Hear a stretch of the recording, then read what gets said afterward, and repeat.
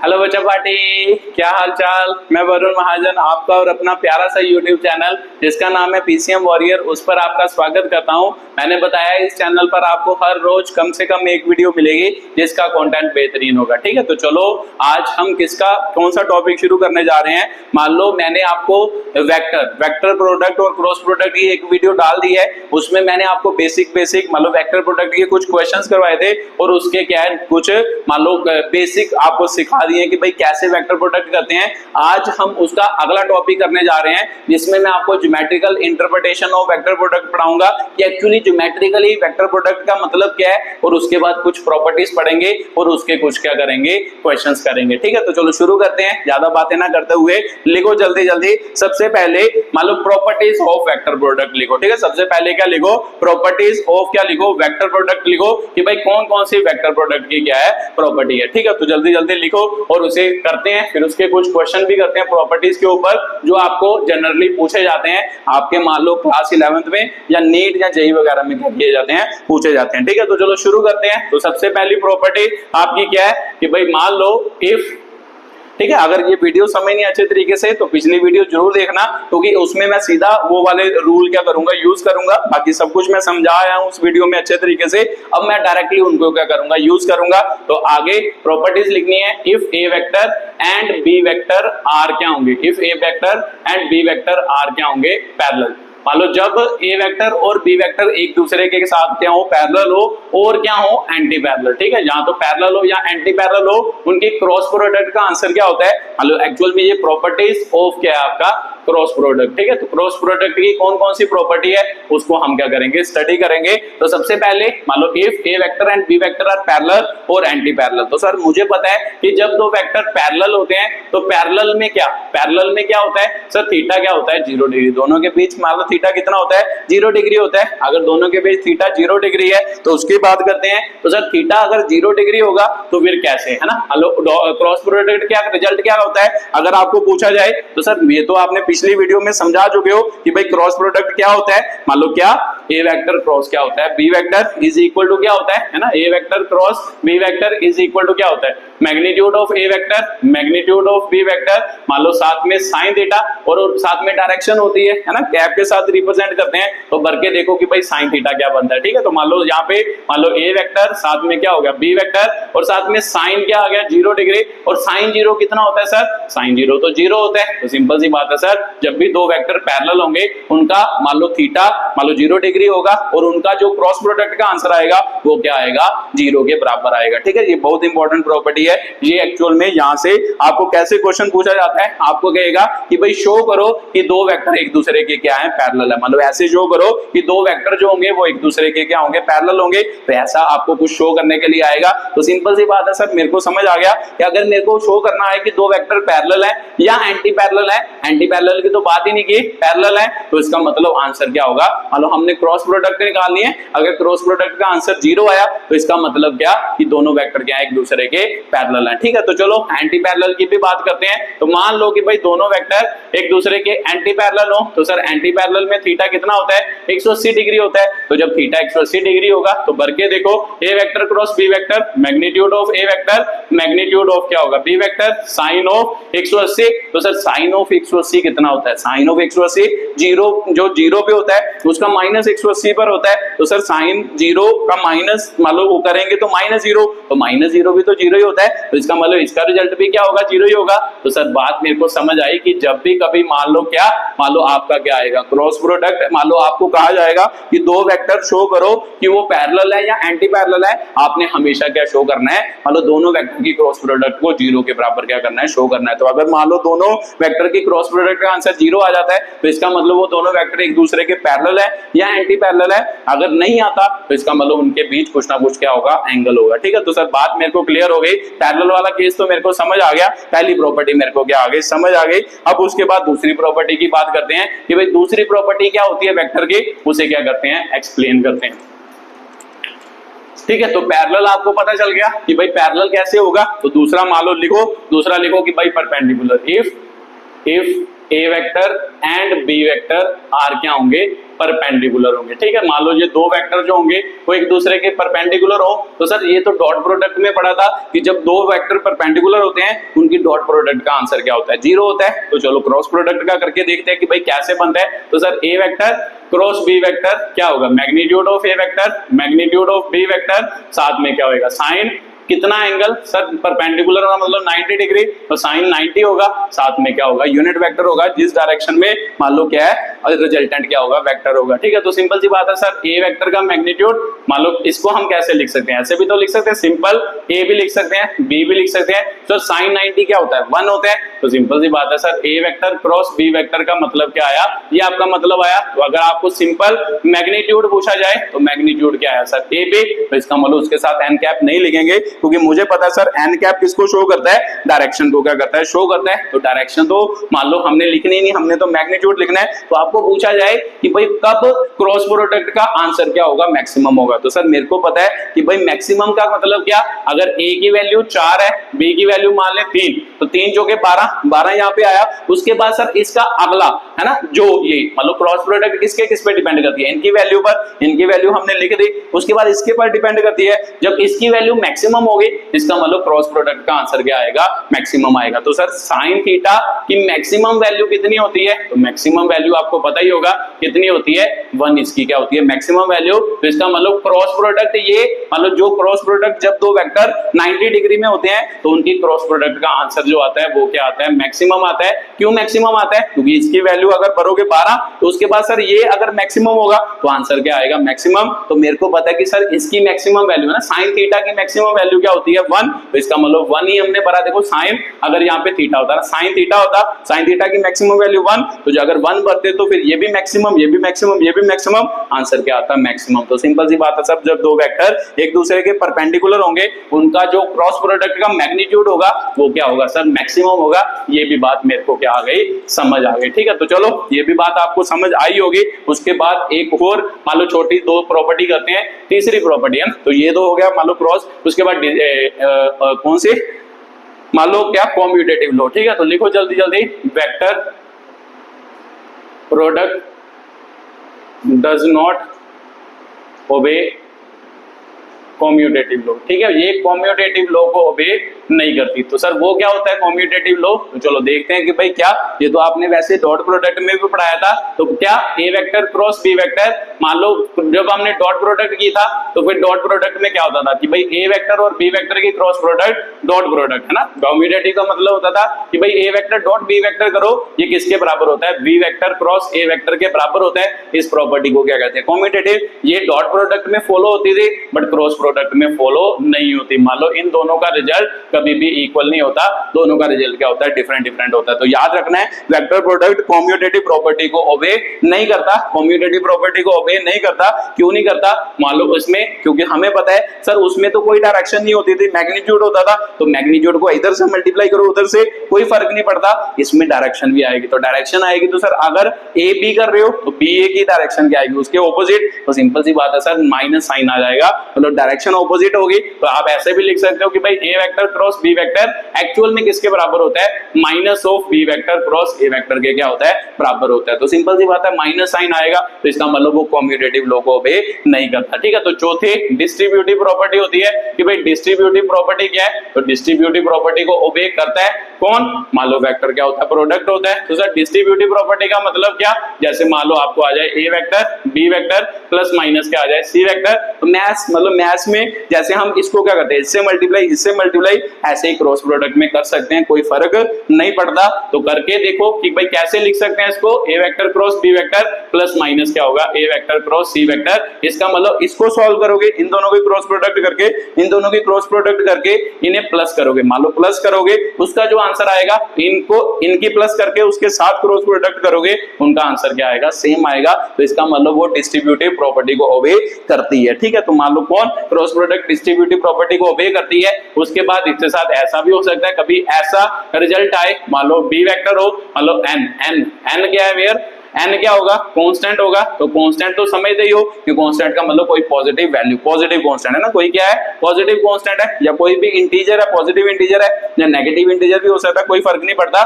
तो फिर इसका मतलब इसको कैसे लिख सकते हैं, एन को हम बाहर लिख देते हैं, तो इसका मतलब ए वेक्टर क्रॉस क्या लिख देते हैं, बी वेक्टर। मान लो ये क्या है, मान लो आपका रिजल्ट होगा, तो इसका मतलब जो मान लो आपने कोई मान लो वैल्यू ली है, कांस्टेंट वैल्यू, इंटीजर या कुछ भी लिया है, उसको बाहर लिख लेंगे, तो इन दोनों की क्रॉस प्रोडक्ट, इसका आंसर और इसका आंसर क्या होगा, सेम होगा, इसमें कोई भी फर्क नहीं पड़ता। ठीक है, तो ये आपकी वेक्टर की क्या थी, प्रॉपर्टीज थी। तो चलो इसके बिहाफ पर एक आध क्वेश्चन करते हैं, फिर आपको बात समझ आएगी कि भाई क्या मैं क्या बोल रहा हूं, बात बोल रहा हूं। ठीक है, तो चलो ये क्वेश्चन करते हैं, फिर इसको क्या करते हैं, अगला टॉपिक एक्सप्लेन करते हैं, जिसमें क्या पढ़ेंगे, ज्योमेट्रिकल इंटरप्रिटेशन ऑफ क्या होगा, क्रॉस क्या होगा, प्रोडक्ट होगा। ठीक है, तो चलो मान लो पहला क्वेश्चन लिखो इसके बिहाफ पर।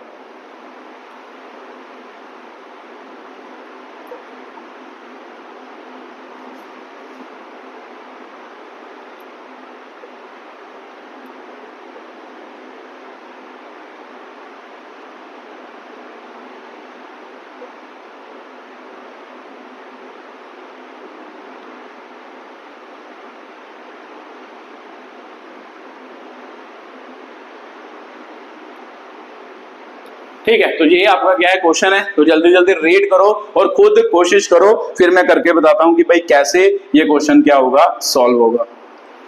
चलो आपने कोशिश की होगी, तो देखते हैं कि भाई कैसे ये क्वेश्चन सॉल्व होगा। तो क्या बोल रहा है, show that these vectors are parallel to each other. तो सर अभी आपने बताया प्रॉपर्टी में कि जब भी दो वेक्टर क्या होते हैं, पैरेलल होते हैं, उनकी क्रॉस प्रोडक्ट का आंसर क्या होता है, जीरो। तो इसका मतलब अगर मान लो इसको पैरेलल शो करना हो या एंटी पैरेलल शो करना हो, तो इसका मतलब इनकी क्रॉस प्रोडक्ट का आंसर क्या होना चाहिए, जीरो होना चाहिए। तो सिंपल सी बात है सर, क्रॉस प्रोडक्ट करके देखते हैं कि भाई क्रॉस प्रोडक्ट अगर जीरो आ जाएगी, तो इसका मतलब ये दोनों वेक्टर क्या होंगे, एक दूसरे के पैरेलल होंगे। ठीक है, तो करते हैं। तो क्रॉस प्रोडक्ट कैसे करते हैं सर, ये तो आपने सिखा दिया पिछली वीडियो में। सबसे पहले क्या लिखना है ना, डिटरमिनेंट मेथड, आई कैप, जे कैप, के कैप हो गया। इसके बाद इसके कंपोनेंट लिखने हैं ना, जो भी होंगे, इसके जो मैग्नीट्यूड होंगे, आई के मैग्नीट्यूड आई के नीचे, जे के नीचे, के नीचे, तो इसका मतलब 2 हो गया। तो यहाँ पे -6 है, -6, यहाँ पे -3 है, यहाँ पे प्लस क्या है 9, यहाँ पे -1 है, यहाँ पे 3 है। ठीक है, तो अगर किसी को दिक्कत हो तो पिछली वीडियो देखना, वहां पे बड़े अच्छे तरीके से सारी बातें मैंने समझाई है। ठीक है, तो चलो सॉल्व करते हैं। उसके बाद सर इसको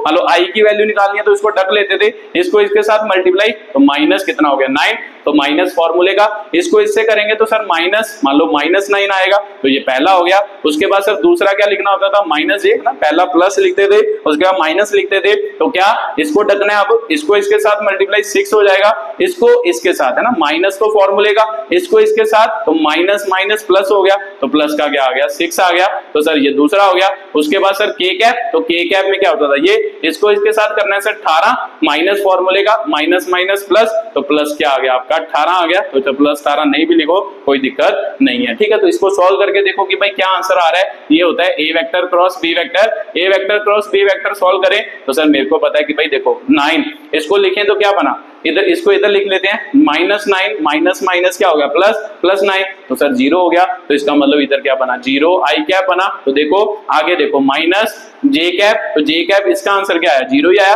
तो इसका मतलब इधर भी क्या बना सर, 0 जे कैप बना, इसका आंसर भी क्या आया 0 ही आया। तो फिर इसका मतलब प्लस 0 क्या बना, के कैप। तो जब 0 0 वेक्टर होते हैं तो उसे हम नहीं भी लिखे तो इसका मतलब इसको हम ऐसे भी लिख सकते हैं। तो इसका मतलब इसकी क्रॉस प्रोडक्ट का आंसर 0 है। इसका मतलब ये दोनों वेक्टर एक दूसरे के क्या है, पैरेलल है। ठीक है, तो सर बात मेरे को समझ आई कि दो वेक्टर जो पैरेलल हो तो पैरेलल में क्रॉस प्रोडक्ट का आंसर क्या होता है, 0। तो यहाँ फिर ऐसे भी कह सकते हो कि जब भी किसी दो वेक्टर को पैरेलल शो करना हो उसकी क्रॉस प्रोडक्ट का आंसर क्या होता है, 0 होता है। ठीक है, तो ये प्रॉपर्टी के बेस पर मतलब जो इंपॉर्टेंट प्रॉपर्टी है जिस पर आपको क्वेश्चन पूछा जाता है उसके बेस पर क्या था क्वेश्चन था। तो चलो एक क्वेश्चन वैसे ही करते हैं, जनरल मतलब जिसमें क्रॉस प्रोडक्ट और डॉट प्रोडक्ट को क्या करते हैं, इन्वॉल्व करते हैं। तो देखते हैं कि भाई आप उस क्वेश्चन को सॉल्व कर पाते हो या नहीं कर पाते। ठीक है, तो उसके बाद लास्ट टॉपिक बढ़ते हैं जिसमें हम क्या करेंगे, ज्योमेट्रिकल इंटरप्रिटेशन ऑफ क्या करेंगे, क्रॉस प्रोडक्ट करेंगे। ठीक है, तो चलो पहले तो एक क्वेश्चन लिख लो, एक जनरल सा क्वेश्चन है, तो देखते हैं कि भाई आप कर पाते हो या नहीं।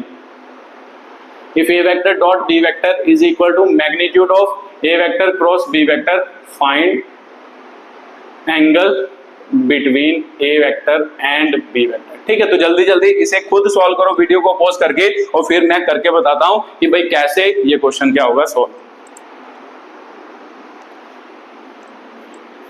चलो आपने कोशिश की होगी, तो देखते हैं कि भाई कैसे ये क्वेश्चन क्या होगा, सॉल्व होगा। तो देखो ध्यान से पढ़ो क्या लिखा है। लिखा क्या है, if A vector dot B vector, है ना, मान लो A vector dot B vector किसके बराबर है, magnitude of A vector cross B vector के बराबर है। तो कहता है उसका क्या निकाल के बताओ, एंगल निकाल के बताओ कितना होगा। तो सर क्या समझ आ रहा है, तो सर जो दिया है वही तो समझ आ रहा है। यहाँ पे क्या है, आपको डॉट प्रोडक्ट दी है, तो डॉट प्रोडक्ट की कोई वैल्यू ही नहीं दी, तो वैल्यू नहीं दी तो सिंपल सी बात है, इसे हम क्या करेंगे, खोल देंगे, डॉट प्रोडक्ट का रिजल्ट खोलेंगे। तो यहाँ पर magnitude of A vector cross B vector दिया है, तो इसके मैग्नीट्यूड को खोल देते हैं, फिर उसके बाद सोचते हैं कि भाई क्या करना है। तो चलो देखते हैं, इसको खोलेंगे तो क्या होता है sir, magnitude of A vector, या सीधा लिख लो, है ना, इसको ऐसे लिख सकते हैं ए बी कॉस क्या लिख सकते हैं सर, थीटा। इसको खोलेंगे ना, ये सिर्फ मैग्नीट्यूड की बात कर रहा है, इसका मतलब इसमें डायरेक्शन इन्वॉल्व नहीं होगी, तो इसको क्या लिख सकते हैं सर, ए बी साइन क्या लिख सकते हैं, थीटा, ये लिख सकते हैं। तो इसका मतलब ये वैल्यू उसके बराबर है। तो सिंपल सी बात है सर, समझ तो आ ही रहा है, ए बी से ए बी जाएगा, मान लो ये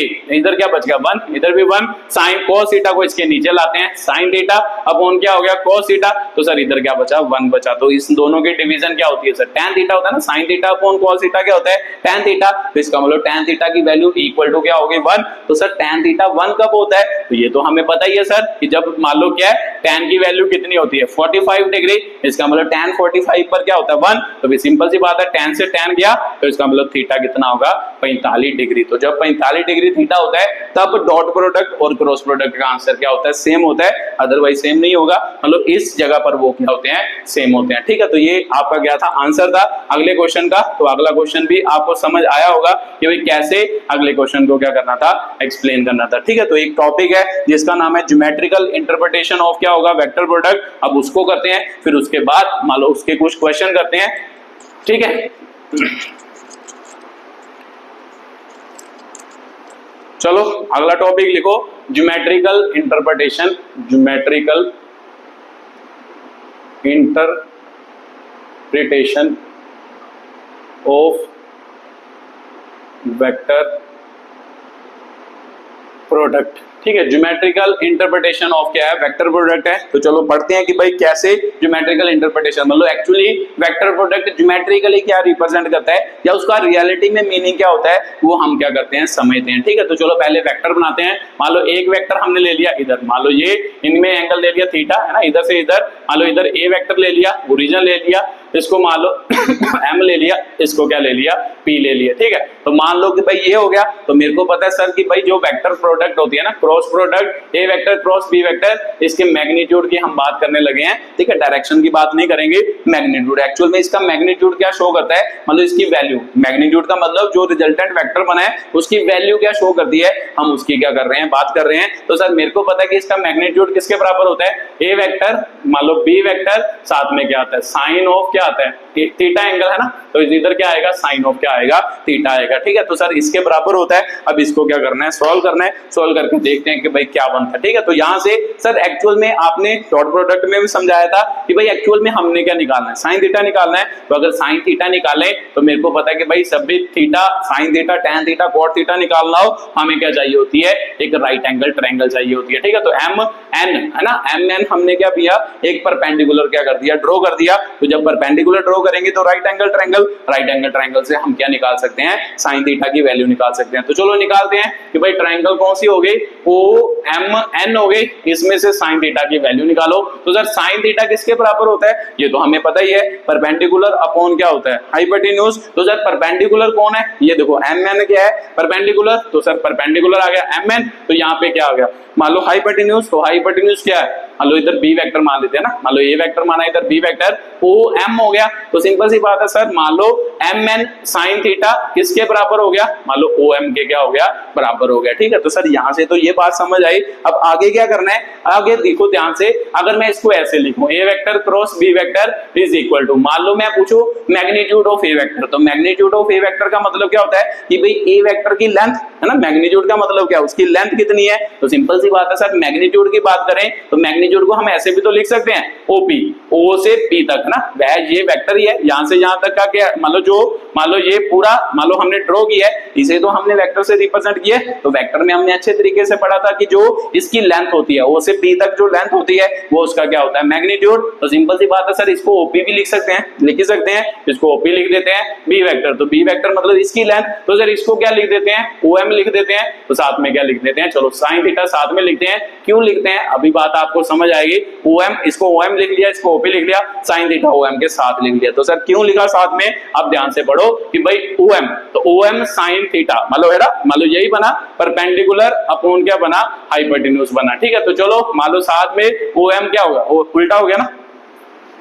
ये मैंने उल्टा कर दिया। देखो OM इधर डिवाइड हो रहा है, उधर जाके तो मल्टीप्लाई होगा, तो इसका मतलब OM sin थीटा बनेगा। यहाँ पे क्या आएगा, M इंटू क्या आएगा, N आएगा। ठीक है, तो यही तो मान लो आपको क्या हो रहा था, दिक्कत हो रही थी। ठीक है, तो मान लो मेरे को पता है sir A vector cross B vector किसके बराबर, OP, साथ में क्या आ गया OM sin थीटा। कैसे, इसको उसकी लेंथ को मान लो A वेक्टर की लेंथ को क्या मान लिया, OP लिख लिया। B वेक्टर कौन है, ये, इसका मैग्नीट्यूड कितना है सर, मान लो B की जगह पर OM लिख सकते हैं, इसको साथ में लिख लिया sin थीटा। तो यहां से मैंने sin थीटा की वैल्यू निकाली, sin थीटा परपेंडिकुलर अपॉन क्या होता है, हाइपोटेन्यूज, परपेंडिकुलर mn, और बेस क्या मतलब हाइपोटेन्यूज OM, OM इधर क्या हो गया मल्टीप्लाई, OM sin थीटा किसके बराबर है, mn के बराबर। तो अब आपको बात समझ आई होगी कि भाई OM sin थीटा मैंने इकट्ठा क्या लिखा है, क्योंकि उसे हम क्या लिख सकते हैं, mn लिख सकते हैं। तो अगर mn लिख सकते हैं तो पढ़ के देखो कि भाई कैसे है ना, A vector cross B vector, OP तो OP रहा, उसके बाद साथ में क्या आ गया, इसकी जगह पर पूरे की जगह पर हम क्या लिख सकते हैं सर, mn लिख सकते हैं। तो इधर क्या आ गया, mn आ गया। ठीक है, तो एक्चुअल में यही इसका क्या है,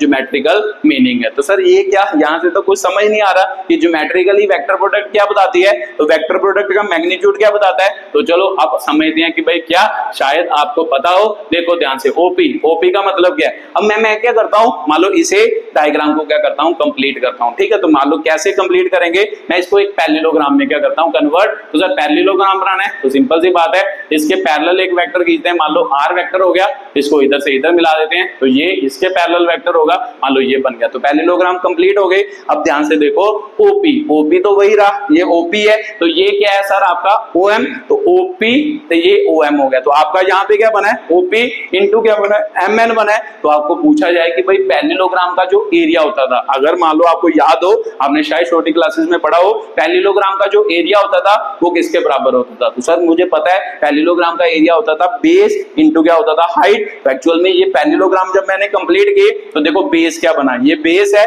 तो यही तो उसकी हाइट बनी, तो बेस इंटू क्या बना, हाइट। तो सर बेस इंटू हाइट क्या होता है आपका, एक्चुअल में एरिया ऑफ क्या होता है, पैरेललोग्राम होता है। तो सर अब मुझे समझ आया कि एक्चुअल में क्रॉस प्रोडक्ट का मैग्नीट्यूड जो होता है वो एक्चुअल में किसके बराबर होता है, किसके, मान लो एरिया ऑफ पैरेललोग्राम के क्या होता है, बराबर होता है। तो सिंपल सी बात है सर, इधर लिख लो, एरिया ऑफ क्या होगा, पैरेललोग्राम होगा। तो ये आपका क्या है, एक्चुअल में मतलब है। ठीक है, तो यही आपका एक्चुअल में मतलब है क्रॉस प्रोडक्ट का। तो जब भी आप क्रॉस प्रोडक्ट करते हो और उसका जो मैग्नीट्यूड निकालते हो ना, क्रॉस प्रोडक्ट का जो मैग्नीट्यूड निकालते हो, वो मैग्नीट्यूड एक्चुअल में किसके बराबर होता है, मान लो एरिया ऑफ पैरेललोग्राम के क्या होता है, बराबर होता है। ठीक है, तो याद रखना है ये वाली बात कि area of parallelogram cross product के मैग्नीट्यूड के बराबर होता है। तो सर इतना ही होता है। तो यहां से एक बात और समझनी है, कैसे, एक तो बात आपको समझ आ गई। तो मान लो यही इक्वेशन है ना, मान लो इसको 1 कहते हैं, इसके एक रिलेशन और बनाते हैं। ठीक है, तो कैसे सर, मैं इसको ऐसे भी तो लिख सकता हूं, मान लो ये हो गया,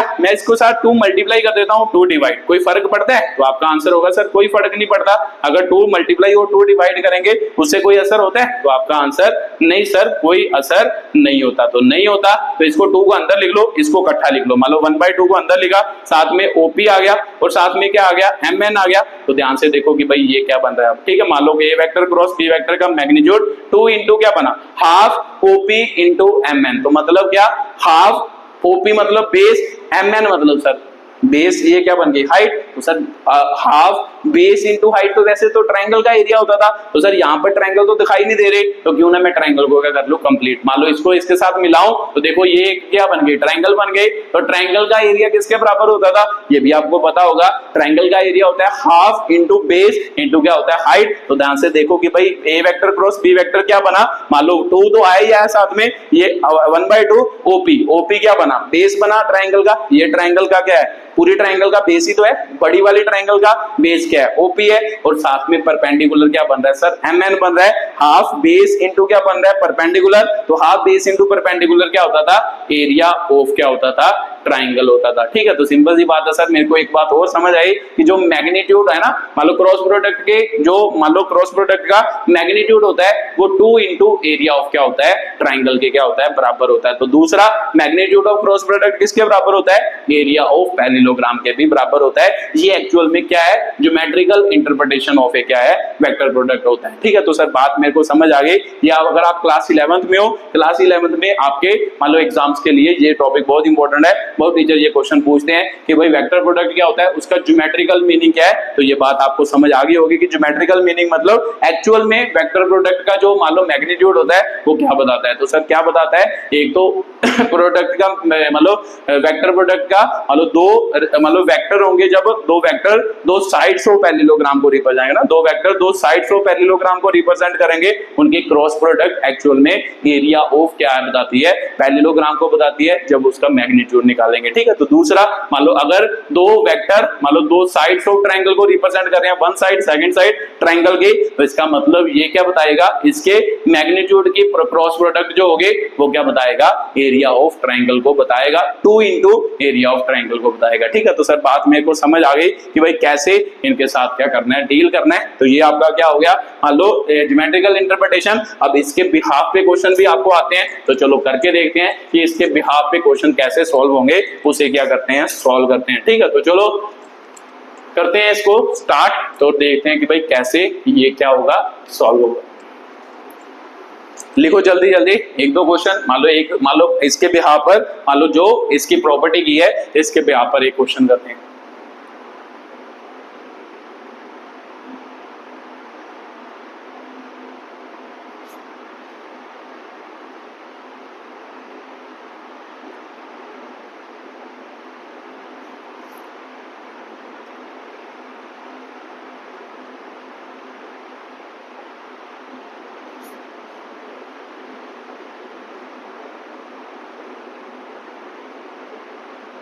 ठीक है जी, आपका क्या है क्वेश्चन है, तो खुद कोशिश करो, पहले वीडियो को पॉज करो और खुद ट्राई करो, फिर मैं करके बताता हूं कि कैसे ये क्वेश्चन क्या होगा, सॉल्व होगा। चलो आपने कोशिश की होगी, तो देखते हैं कि भाई कैसे ये क्वेश्चन क्या होगा, सॉल्व होगा, हल करके देखते हैं ना। तो देखो ध्यान से क्या पूछा है, calculate the area of triangle determined by the two vector. तो सिंपल सी बात है सर, एरिया ऑफ ट्रायंगल निकालना है, दो वेक्टर हमें गिवन है, तो एरिया ऑफ ट्रायंगल का मतलब क्या, अभी आपने बताया पीछे कि भाई magnitude of A vector cross B vector is equal to क्या होता है, 2 इंटू एरिया, है ना, एरिया ऑफ क्या होता है, ट्रायंगल होता है, तो वो एरिया ऑफ ट्रायंगल ही तो पूछ रहा है आपको। तो एरिया ऑफ ट्रायंगल निकालना है, 2 मल्टीप्लाई उधर जाके डिवाइड हो जाएगा, तो इसका मतलब एरिया ऑफ ट्रायंगल जो होगा वो किसके बराबर होगा, 1/2 into magnitude of A vector cross क्या होगा, बी वेक्टर होगा। तो सिंपल सी बात है sir, A vector cross B vector निकालेंगे, उसका मैग्नीट्यूड निकालेंगे और उसका 1/2 कर देंगे, वो एरिया ऑफ क्या होगा, ट्रायंगल। तो A vector cross B vector कैसे निकालते हैं, वो तो हमें आता ही है सर। कैसे, पहले यहाँ पे क्या लिखेंगे, आई कैप, जे कैप, के कैप, और इसके मान लो कंपोनेंट, जो भी वेक्टर के कंपोनेंट दिए हैं वो उसके नीचे लिख लेंगे। आई कैप की वैल्यू कितनी है, 3, इसकी कितनी है, -3, जे कैप की वैल्यू कितनी है, 4, 7, तो सर के कैप की तो दी नहीं, अगर नहीं दी हो तो फिर ऐसे लिख लेते हैं, 0 के कैप, 0 के कैप, तो सर इधर आंसर क्या आ गया, 0 0 आ गया। ठीक है, तो सर बात मेरे को क्लियर हो गई। अब निकालो ए वेक्टर क्रॉस बी वेक्टर हो गया, तो निकालो सर सबसे पहले आई कैप। आई कैप निकालने के लिए इसको टकना है, इसको टकेंगे, इनकी cross product 4 into 0 0, 7 into 0 0, 0 minus 0 हो गया, माइनस जे कैप, तो जे कैप को टकेंगे, 0 इंटू दिस 0 हो जाएगा, तो 0 इंटू दिस 0 हो जाएगा, तो 0 माइनस 0 हो गया। उसके बाद सर के कैप को टकेंगे, इसको टकेंगे, इसका मतलब 7 या 21, तो 7 ये क्या हो गया, 21 हो गया, तो 21 है ना, 7 ये क्या हुआ, 21 हुआ, यही है ना, 7 या 21, और 7 ये इधर भी क्या हुआ, माइनस फॉर्मूले का, और -7 ये क्या हुआ, -21, तो सर माइनस क्या हो गया, 21। ठीक है, तो इसको इधर लिख लेते हैं थोड़ा सा, मान लो प्लस क्या होगा, के कैप, इधर क्या होगा, 7 या 21 हुआ, माइनस 7 ये क्या 7 या 21, तो सर ये 7 ये थोड़ा ना, ये तो 4 दिए 12 हो रहा है, तो इसका मतलब क्या हो गया, माइनस क्या हो गया, 12 हो गया, ये आपका क्या आ गया, मान लो सोल्यूशन आ गया। ठीक है, तो सर ये 0 हो गया, तो इसका मतलब ए वेक्टर क्रॉस बी वेक्टर ये तो 0 ही है, तो 0 को थोड़ा ना लिखते हैं, तो 0 खत्म हो गया, ये भी 0 है,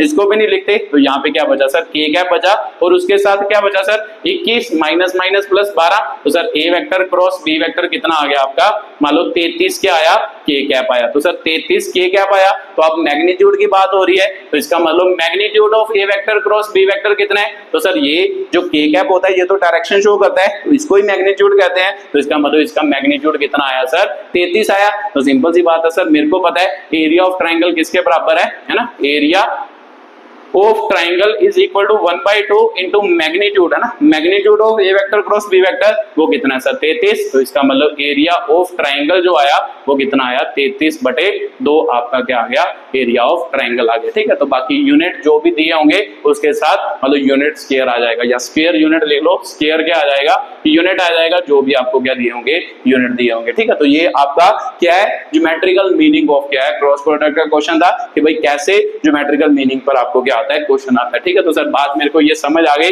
अब एक क्वेश्चन और कर लेते हैं ज्योमेट्रिकल मीनिंग पर, ये ट्राइंगल वाला है। तो सर मेरे को पता है कि भाई अगर ट्राइंगल वाला आपने करवा दिया तो अगला कौन सा करवाओगे, पैरेललोग्राम लो वाला करवाओगे। ठीक है, तो पैरेललोग्राम वाला भी कर लेते हैं कि अगर मान लो ज्योमेट्रिकल मीनिंग दो चीजें हमें पता चलती हैं, तो अगर दो पता चलती हैं तो अब दूसरा करके देख लेते हैं। तो एक क्वेश्चन और लिख लो, calculate the area of parallelogram, calculate the area of parallelogram determined by two vectors. पहला A vector is equal to I cap plus 2j cap plus 3k cap, B vector is equal to 2i cap minus 3j cap plus k cap. ठीक है, तो इसे क्या करो, solve करो जल्दी जल्दी, वीडियो को पॉज करो और खुद कोशिश करो, फिर करके बताता हूं कि भाई कैसे ये क्वेश्चन सॉल्व होगा। चलो आपने कोशिश की होगी, तो देखते हैं कि भाई कैसे सॉल्व होगा। Calculate the area of parallelogram determined by this vector. तो सिंपल सी बात है सर, अभी आपने पीछे समझाया है कि भाई A vector cross B vector का जो मैग्नीट्यूड होता है वो किसके बराबर होता है, एरिया ऑफ क्या होता है, पैरेललोग्राम होता है। तो सिंपल सी बात है सर, अब क्या करना है, क्या करना है, सिंपल मान लो A vector cross B vector निकालना है और उसके मैग्नीट्यूड की क्या निकालनी है, वैल्यू निकालनी है। तो A vector cross B vector निकालते हैं। तो A vector cross B vector sir पहले निकालते हैं, तो निकालेंगे तो कैसे, सबसे पहले सर आई कैप, यहाँ पे जे कैप, यहाँ पे के कैप, आई कैप के नीचे आई कैप वाले, जे कैप के नीचे जे कैप वाले और के कैप के नीचे के कैप वाले। ठीक है, तो ये आपके कंपोनेंट हो गए, ध्यान से देख लो, गलत ना लिखे। 1 2 हो गया, 2 - 3 और 3 1 हो गया। ठीक है, तो सर क्लियर है। अब उसके बाद सर मान लो करो, सबसे पहले आई कैप निकालना है, तो आई कैप पीछे लिख लो, मान लो इसको आगे लिख लेते हैं, तो -3 है ना, ओ सॉरी आई कैप निकालना है, इसको ढकना है, इन दोनों को करवाना है, तो माइनस क्या हो गया ना, माइनस दोनों होगा, इन दोनों को करेंगे तो 2 आएगा, तो साथ में माइनस फॉर्मूले का आया, 3 3 कितना हो गया 9, तो इसका मतलब माइनस का 9 आ गया। तो ये आई कैप इसके साथ आ गया। उसके बाद सर माइनस क्या आएगा, जे कैप आएगा, तो जे कैप पीछे लिख लेते हैं, यहाँ पे लिख लेते हैं ना जे कैप। तो सर सिंपल सी बात है, जे कैप के लिए इसको ढकना है, 1 1 जा 1 हो गया, माइनस 2 3 जा कितना हो गया 6 हो गया, ये जे कैप आ गया। उसके बाद सर प्लस के कैप वाला कंपोनेंट आता है, तो इसके पीछे के कैप लिख लेते हैं, तो के कैप निकालना है, इसको ढकना है, -3 हो गया, तो 2 2 जा 4 हो गया, माइनस क्या हो गया 4 हो गया। ठीक है, तो सर प्लस करें, देखो माइनस माइनस प्लस 2 और 9 कितना हो गया 11 हो गया, 11 आई कैप सर माइनस है ना, ये कितना बना -5 और माइनस क्या हो गया प्लस 5 हो गया, +5 जे कैप हो गया। सर इधर क्या बना -3 -4, तो -7 क्या बन गया, के कैप बन गया। ठीक है, तो ये क्या आया आपका ए वेक्टर क्रॉस बी वेक्टर आया, तो ये आपका क्या आ गया sir A vector cross B vector. तो ये निकला एरिया ऑफ ट्राइंगल, सर ये नहीं निकला, अभी इसका क्या निकालना है मैग्नीट्यूड। तो सर पीछे में तो आपने निकाला नहीं, तो पीछे में बचा ही एक ही कंपोनेंट था, एक कंपोनेंट के आगे जो प्रेजेंट होता है वही उसका क्या होता है मैग्नीट्यूड होता है। तो इसका मतलब रिजल्टेंट वेक्टर एक ही डायरेक्शन में आया और उसका मैग्नीट्यूड क्या होता है आगे वाला, तो वही उसका क्या हो गया मैग्नीट्यूड हो गया, इसीलिए मैंने निकाला नहीं। अब देखो वेक्टर 3 डायरेक्शन में है, इस डायरेक्शन में भी प्रेजेंट है, इस डायरेक्शन में भी, इस डायरेक्शन में भी, तो इसका मैग्नीट्यूड निकालना है। Sir magnitude of A vector cross B vector कैसे निकालते हैं, है ना, पहले के मैग्नीट्यूड का स्क्वायर, तो इसका मतलब 11 का स्क्वायर हो गया, प्लस दूसरे के मैग्नीट्यूड का स्क्वायर, इसका मतलब 5 का स्क्वायर हो गया, प्लस तीसरे के मैग्नीट्यूड का स्क्वायर, तो सर तीसरा कितना है -7 का स्क्वायर हो गया। तो करो यहाँ से क्या होगा 11 11 121 पंजू पांजे कितना हो गया 25 और सत्तू साते कितना हो गया 49। तो सर इन दोनों को प्लस कर लेते हैं पहले ना, 60 और 70, 170 और 25 195। तो सर 195 मैग्नीट्यूड ऑफ क्या आ गया ए वेक्टर बी वेक्टर। अब अंडर रूट निकालना है तो वो आपके सिचुएशन पे डिपेंड करता है कि निकालना है या नहीं निकालना। मैं नहीं निकाल रहा तो सिंपल सी बात है sir, A vector cross B vector का जो मैग्नीट्यूड आया वो किसके बराबर है, एरिया ऑफ पैरेललोग्राम। तो इसका मतलब एरिया ऑफ पैरेललोग्राम आपका कितना आ गया, ये आपका क्या आ गया, एरिया ऑफ पैरेललोग्राम के बराबर। ठीक है, तो इसी के साथ ये पूरा टॉपिक क्या हो गया, खत्म हो गया। बातें आपको समझ आई होंगी, तो वीडियो को देखने के लिए बहुत बहुत धन्यवाद।